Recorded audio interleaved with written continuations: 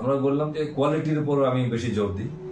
ভালো যদি কারো প্রতিভা থাকে, ভালো ছেলে মেয়ে থাকে, আমাদের এখানে ভর্তি করুন।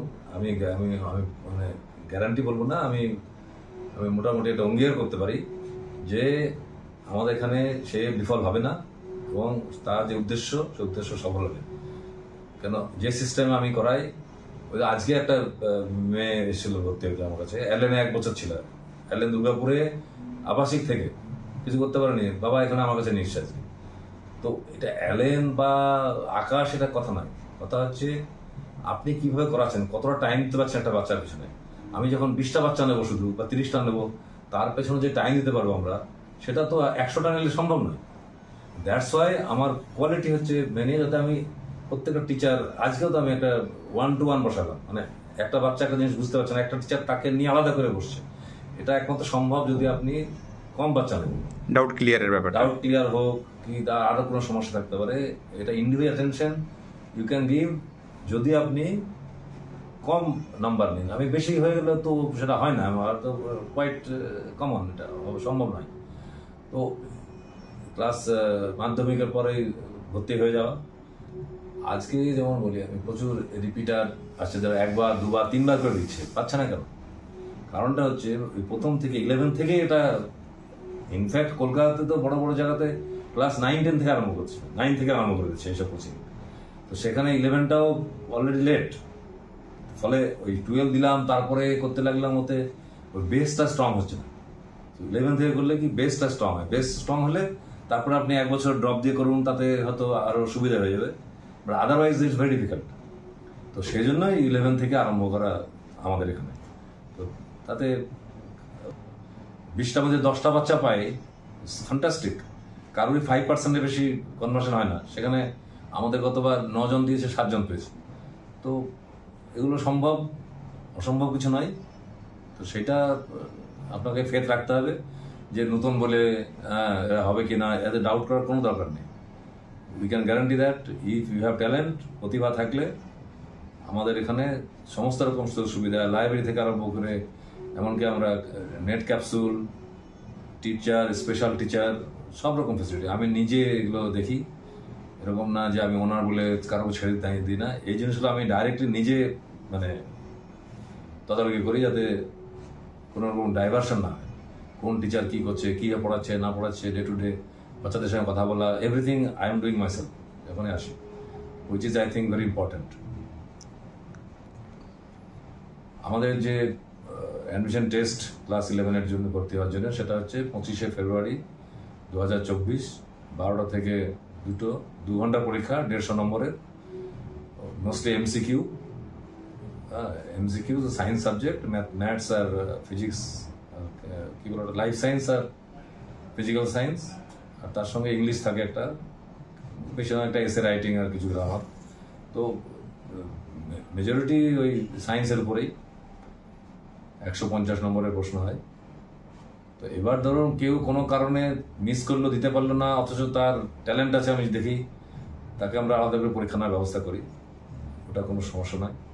যে মিস করে গেল তাকে নেওয়া হবে না, যদি সত্যিকারের প্রতিভা হয় তাকে আমরা আর একটা পরীক্ষা নিয়ে করার ব্যবস্থা করে দিই। অতীতেও করেছি, বর্তমানে করবো এবং ভবিষ্যতে করবো। আমাদের এই মুহূর্তে 3টে সেন্টার করছি আমরা এবার। একটা তো অলরেডি বহরমপুরে আছে, শ্রীগুরু পাঠশালা বলে আছে গোড়াবাজারে, আর একটা করছি কোথায়, রঘুনাথগঞ্জে কালিয়াচক,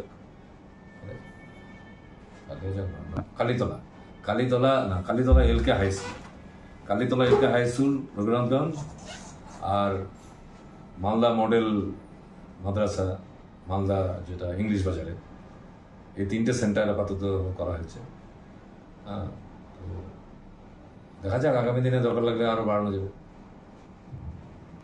আর আমাদের জেড একাডেমি হচ্ছে একটা সংস্থা, এটা হচ্ছে একটা প্যারেন্ট সংস্থা আছে, সেটা হচ্ছে একটা society, Gangapur Nuruzzaman Khatun educational and social welfare society, তার আন্ডারে একটা আমাদের লিটল ফ্লাওয়ার স্কুল আছে একটা, সেটা ওই নার্সারি থেকে ক্লাস 5 অবধি পড়ানো হয়, আর সেটা আমার গ্রামে আছে। আর এটা 11-12 আর নিট জয়েন্টের কোচিং, এই দুটোই কিন্তু এই সোসাইটির আন্ডারে। এটা সোসাইটি এনজিও, আমাদের সব মেম্বার আছে, বিভিন্ন গ্রামের ছেলেমেয়েরা আছে, আমরা শিক্ষক, অনেক শিক্ষকবৃন্দ আছে, আমরা আছি। ফলে এটা একটা প্রফিট সেন্টার নয়।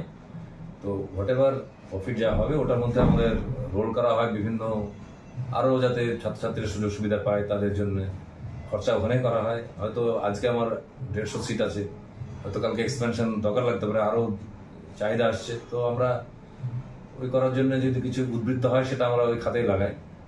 ফলে এটা কোনো, আমি যে আগেই বলেছি প্রফিট উদ্দেশ্য নিয়ে এটা করা না, এটা কমার্শিয়াল থিঙ্কিং, এটা আমরা করি। এটা আমরা চেয়েছিলাম যে যাই হবে এখান থেকে যাতে ওই দুর্বল বাচ্চা হোক, যাদের আর্থিকভাবে দুর্বল তাদেরকে সাহায্য করা যায়, সেজন্য ফান্ডও তৈরি করা হয় প্রতি বছরই। কত বড় দেওয়া হয়েছিল অনেককে, প্রায় 15-20 জনকে দেওয়া হয়েছিল কিছু কিছু সাহায্যে যেমন হয় আর কি। তো এটা আমাদের আগামী দিনের একই ভাবনা চিন্তা, আমরা এটাকে ওই নন প্রফিট সেন্টারই হিসেবে চালাতে চাই। আর আরেকটা বলি, যাতায়াতের ব্যাপারটা, মানে আমাদের ওখানে পৌঁছানোর ব্যাপারটা লোকেশন ওয়াইজ এটা খুব ভাইটাল জায়গাতে আছে, যেহেতু ন্যাশনাল হাইওয়ে 34 এর উপরে আছে। নর্থ বেঙ্গল থেকে গেলে হাইওয়ে দিয়ে গেলে একদম ওই সাগের রামকৃষ্ণ মিশনেই একটা স্টপ আছে। আর যেগুলো দূরপাল্লা হয়তো থামে না সব জায়গায়, তো বহরমপুরে নামতে হয়। বহরমপুর নেমে লোকাল ট্রান্সপোর্ট প্রচুর আছে, লোকাল বাস আছে, লোকাল ট্রেকার, আজকাল টোটোও যাচ্ছে। হার্ডলি 10 মিনিটসের রাস্তা বহরমপুর শহর থেকে একদম হাইওয়ের উপরে, ফলে যাওয়ার উপর ভেতরে যাওয়ার দরকার নেই। আর ট্রেনে আসলে যখন ধরুন নর্থ বেঙ্গল থেকে গেলে কেউ বহরমপুরে নামলো কি খাগড়াঘাটে নামলো, চলে আসতে হবে বহরমপুর। বহরমপুর থেকে 10 মিনিটের সাথে গেছে রামকৃষ্ণ মিশন, ফেমাস ওখানকার। বেলুড়ের পরে সবচেয়ে বড় রামকৃষ্ণ মিশন, তার পাশেই আমাদেরটা। আর দক্ষিণবঙ্গ থেকে আসলে লালগোলা লাইনে আসলে একদম সারগাছি স্টেশনই আছে ওখানে, ওই লাইনে। তো ওখানে নামলে হেঁটে আসা রাস্তা, বা টোটোতে এলে 10 মিনিট লাগে। তো প্লাস ধরুন অনেকে দূর থেকে আসতে পারে, কেউ হয়তো দিনাজপুর থেকে আসছে, কারণ ওই দিনে হয়তো গিয়ে কোনো কারণে গেল বাচ্চার সাথে দেখা করতে, ফিরে আসতে পারে না। তো আমরা একাডেমির পাশে একটা বিল্ডিং করেছি, সেখানে আমরা একটা গেস্ট হাউস মতো করছি, যেখানে দরকার লাগলে গার্জেনরা থাকতে পারে রাত্রেবেলা। ওখানে খাওয়া দাওয়ার ব্যবস্থা আছে, সব করা হচ্ছে ওখানে। ফলে যে এরকম না যে দেরি হয়ে গেছে, রাত্রি হয়ে গেছে, ফিরতে পারছি না, কি করবো, সেরকম কোনো প্রবলেম নেই। সেই সমস্যার জন্য আমি ওটা একটা গেস্ট হাউসের মতো তৈরি করছি, ওটা অলরেডি কমপ্লিট হয়ে এসছে ওটা।